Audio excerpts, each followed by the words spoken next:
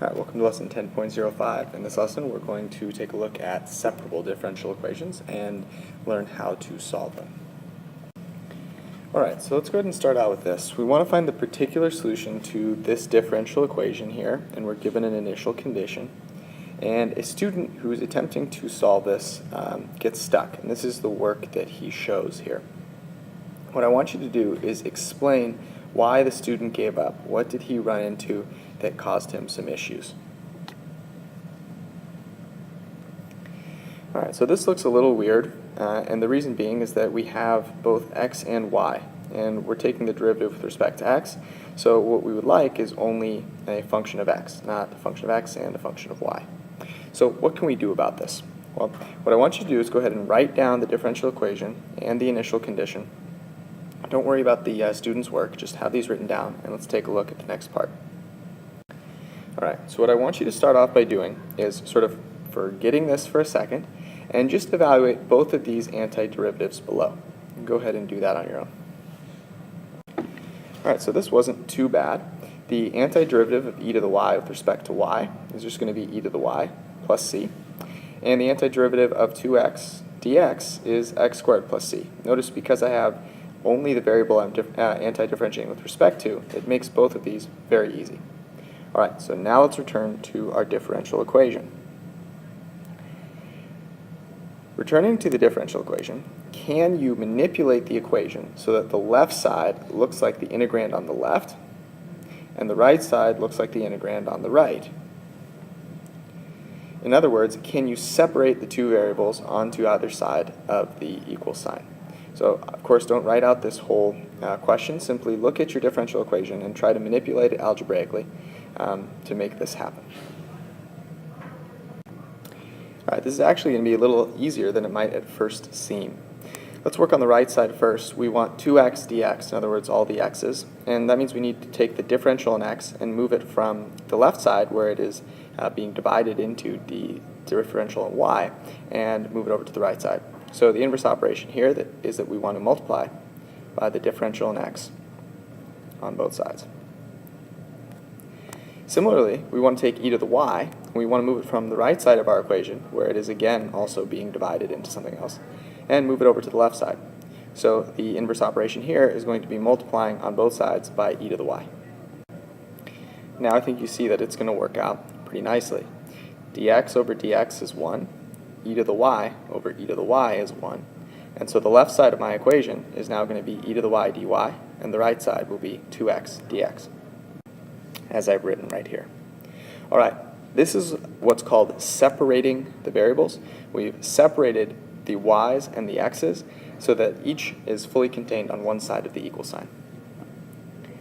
Alright, so now let's take the antiderivatives of both sides. Remember, the antiderivative is simply an operation, and we're doing it to both sides of our equation, so that is totally allowed mathematically. Go ahead and do so, and make sure you take advantage of the work that you've already done. Alright, so notice how this sets up perfectly. We are fully capable of taking the antiderivative of e to the y with respect to y, or e to the y times the differential in y. Similarly, we can take the antiderivative of 2x dx. We've done so here. So now we have an equation that looks just like this. Alright, so having anti-differentiated both sides, I've really done that already. I know that the left side is going to be e to the y plus c equals x squared plus c. Now I can't have two constants that I'm saying are the same, so I have to give them different names here. So I'll call the first one c sub 1 and the second one c sub 2. Now both of these are constants, okay, and this is important to note. Both of these are just constant values. And so I can actually combine them together and give them one name to represent one constant that is going to be in my equation. Because ultimately, even if I had these two constants here, I could combine them and they just become one constant. So that's what we're going to do now. We want to gather both constants of integration to one side and represent them as one single constant c. So what I would do is I would just say, for example, let me subtract c sub 1 from both sides. So I have minus c sub 1 over here, and this is just going to become one big constant. So we'll rename this whole thing here just c. We don't need any sub 1 or 2's anymore. So at this point, I have my equation e to the y equals x squared plus c.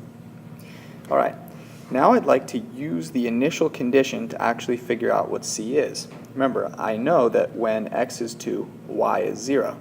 So I can put in that coordinate point in for y and x, and that will allow me to solve for c. Go ahead and do that now. All right, so this isn't too bad either. I'll end up with e to the 0. Of course, we know that's 1. And 2 squared is 4, so I have 1 equals 4 plus c, which means c must be negative 3. So now I can rewrite my equation with the constant taken care of. And the last thing that I want to do is, well, notice I wanted a particular solution. I actually want a function for y in terms of x. So the last thing that I'm going to want to do here is to solve the equation for y, if that's possible. So let's go ahead and try that now. The issue we're dealing with is that y is in the exponent. We have e to the y.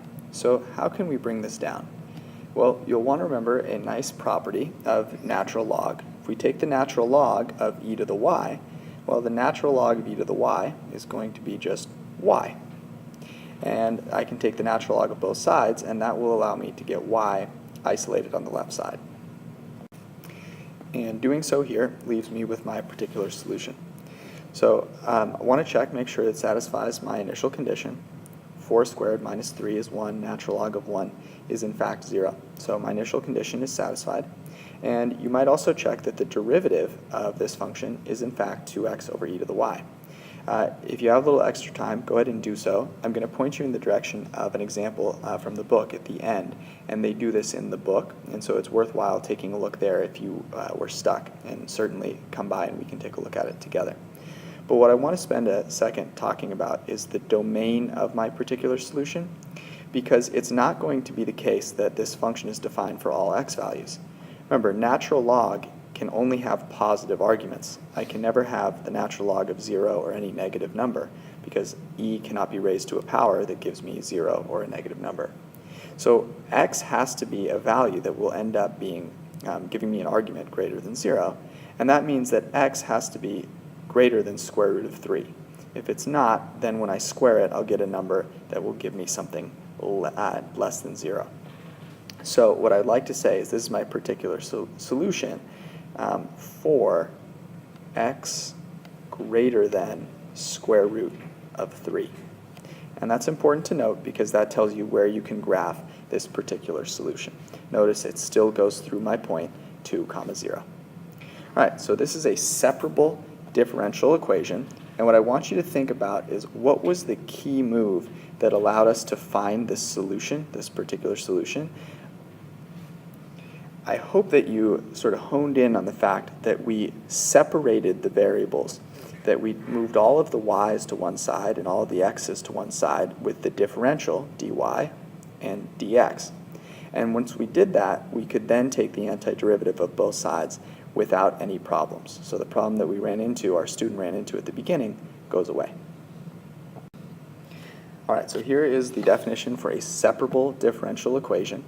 A differential equation of the form dy dx, which is some function of y times some function of x, is called separable. The reason it's separable is that y and x can be separated. In other words, I can divide by all of my y's on the left side, and I can multiply on the right side by dx in order to separate the variables. We separate the variables by writing it in this form, so exactly what I spoke about. If we multiply by 1 over f of y on both sides, that gets rid of y on the right, and if we multiply by dx on both sides, that gives me the differential x on the right. And so now in this state, we can actually take the antiderivative of both sides, and that will allow us to isolate our desired variable. Okay, so the steps, we pretty much went through them in the discovery problem, but I want to list them out so that you have a reference here. Whenever we're given a differential equation, if we notice that we have y and x in our differential equation, we need to look to separate them. So that means get the y with dy and get the x's with dx. Then we'll take the antiderivative of both sides. We'll end up with constants of integration. So you combine the constants of integration to form one constant and use the initial condition to solve for c. Then go back to your equation and solve for y to get your particular solution, and be careful to note any domain restrictions. So that is important to do. All right, let's take a look at an example where we can apply this, and we'll see one sort of new bit of information that will be helpful going forward. All right, so we want to find the particular solution to this differential equation here, and we're given an initial condition as well. I have posted the protocol for how we want to go about solving for this particular solution. Just as a reminder, you want to follow this pretty rigidly. Forgetting to do one of them can really cost you on the AP test, and of course can cause you to get the incorrect answer. So follow this on your own to the best of your ability, and then press play and we'll take a look at it together. Alright, so to start off with, I want to separate the variables, and I can do so by multiplying by 1 over y minus 1 on both sides and by dx on both sides. If you go back to the definition, that's exactly what we want to do. And now I have an expression in terms of only y on the left with dy, and an expression of x with dx on the right. So now I can take the antiderivative of both sides. Alright, so doing so makes it pretty clear that the right side will be pretty easy, and the left side at first might look a little confusing, but we've actually handled situations like this already. Notice that the denominator, the derivative of y minus 1, is just going to be 1. And so when we solve for du, if we set this to be our u variable, then we'll be able to rewrite this in terms of u. And in fact, this will become so second nature that you won't even have to rewrite it. But for now, we'll let u be equal to y minus 1. And then when you take the derivative and solve for u, that leaves you with du is equal to dy. And if you need to, go ahead and just do this whole thing out by taking the derivative of this with respect to y and then solving for du if you need to. So now I have an antiderivative on the left in terms of u, and my antiderivative on the right, which is the same. So taking the antiderivative of this is going to give me natural log of the absolute value of u. And guess what? We know exactly what u is. It's y minus 1. So I'll have natural log of the absolute value of u.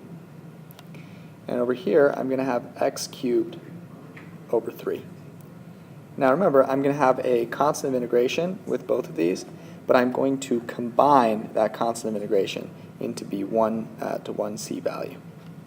And I'm going to do that, for the most part, always on the x side, like so. Now I can go ahead and substitute back in my u, which is y minus 1, and that will give me my equation in terms of x and y,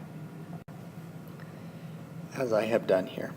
So just a quick debrief. Here is step 2, taking the antiderivative, and then step 3 here would be combining the constants of c over here to one side. All right. So now I want to actually solve for c using the initial condition. I want you to go ahead and try that on your own and then come back and see that you get it correctly. This ends up being pretty nice. When x is 1, y is 2. So we'll have 2 minus 1, which is 1. Natural log of 1 is 0. And then over here we just have 1/3 plus c, and that has to equal 0. So c must be negative 1/3. So now I can come back here, I have my equation, and I can input c, and now I'm going to solve for y. All right, so here is my equation, and at this point what I want to do is I want to actually find the particular solution. So I'm looking for y equals a function of x, and that means I need to isolate y. Well, I have natural log of the absolute value of y minus 1. So how am I going to unlock this here? Well, if I take e and raise it to the power of the left side and the power of the right side, I'll have e to the natural log of the absolute value of y plus 1. And over here, I will have e raised to this power here. And the nice thing about that is that when I have e to the natural log of y minus 1, that is going to be exactly the absolute value of y minus 1, as I have written right here.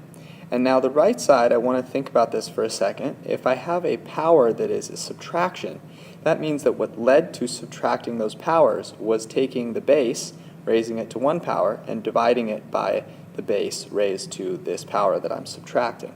So I can rewrite it as e to the x cubed over 3 divided by e to the 1/3. Now, I should mention that I think it's perfectly fine to leave the right side written like this. You could factor out a 1/3 here to make it a little simpler, but it's perfectly fine, I think, to leave it like this in general. I just want to show you how else it can be written so that you make sure that on a multiple choice question, for example, you're prepared. The big thing that we need to handle is the absolute value sign, because we'd like to solve for y. So absolute value, of course, means that we have a positive value, right? And so think about the right side. We want this right side to always be positive, and that way we could get rid of the absolute value. Well, e is a positive value, and when I raise it to any exponent, it's going to remain positive. The cube root of e to the 1/3, is also positive, so this will be a positive divided by a positive. In other words, this is always going to be positive, and so I don't need the absolute value signs. Y minus 1, which is equal to this, is always going to be positive. So I can get rid of those absolute value signs and then add 1 to both sides to solve for y. And I have done that right here. So this is my particular solution. My domain can actually be any real value because I can have any value in my exponent. I can raise e to any power. So this is my particular solution with a domain of all real numbers. All right, these can be quite tricky, so before you go on to the homework, I suggest taking a look at example 1 on page 358, going through it and trying to make sure you understand all the components of it, and then go ahead and move on to the homework. Make sure to email or stop by early with any questions.